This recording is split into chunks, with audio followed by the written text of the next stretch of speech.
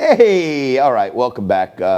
Great to have Scott Lebedo pass by the studio, spend a little time with a human. We haven't had many guests on the show in person, but Scott's always there for us. And let me tell you, he is one big, giant thorn in the side of our mayor, and he keeps pounding him. And you gotta love the patriotism of a guy like this, because there's no gain. It's not like he's getting rich. He's a struggling artist, literally. I've known him for 40 years.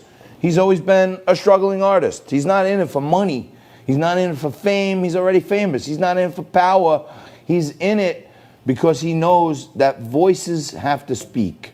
And he speaks with his art. He speaks with his mouth. He speaks with his feet. He speaks with his actions. And we need a lot more than that.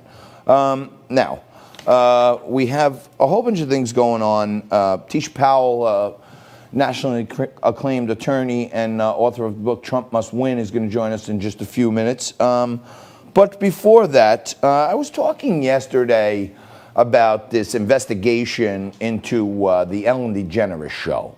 And there is mounting evidence in Ellen land that the show may be canceled, and there's like a corrupt culture of bullying, racism, and a lot of allegations out there against Ellen, okay?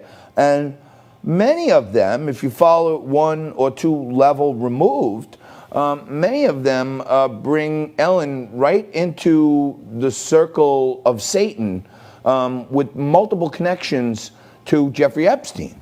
So I look a little harder, and I'm looking at things, and then somebody shows me a picture of Ellen's set, and then they put it next to a picture of the temple on Jeffrey Epstein's island. So as these conspiracy theories grow, I'm trying to find things that make sense to me. And there is, do we have a picture of Ellen's studio, Nico? It's the one that I took. This is the... Okay. That's Ellen's studio, and without the lights lit up. Right, so it doesn't look anything like the temple on Epstein Island without the lights. But okay, one of the other connections out there that many in the QAnon and all these other things are talking about is that Tom Hanks has also been on Jeffrey Epstein's plane. He's been to Jeffrey Epstein's island, allegedly. Just last week, Tom Hanks and his wife, Rita Wilson, announced that they're now citizens of Greece. So, if people are changing their citizenship to maybe get out of here, maybe something's coming. And then people say, well, Ellen is buddies with Tom Hanks, and they were both buddies with Jeffrey Epstein. And I say, well, is Ellen really friends with Tom Hanks, or they just know each other from Hollywood or whatever? And one of my producers, Jess, actually went to an Ellen taping. And she remembered she had this photo laying around. She brought it in for proof that in the front row of Ellen's show, there's a gold-plated seat with Tom Hanks' name on it. Were there other chairs, Jess, with Tom Hanks' name on them?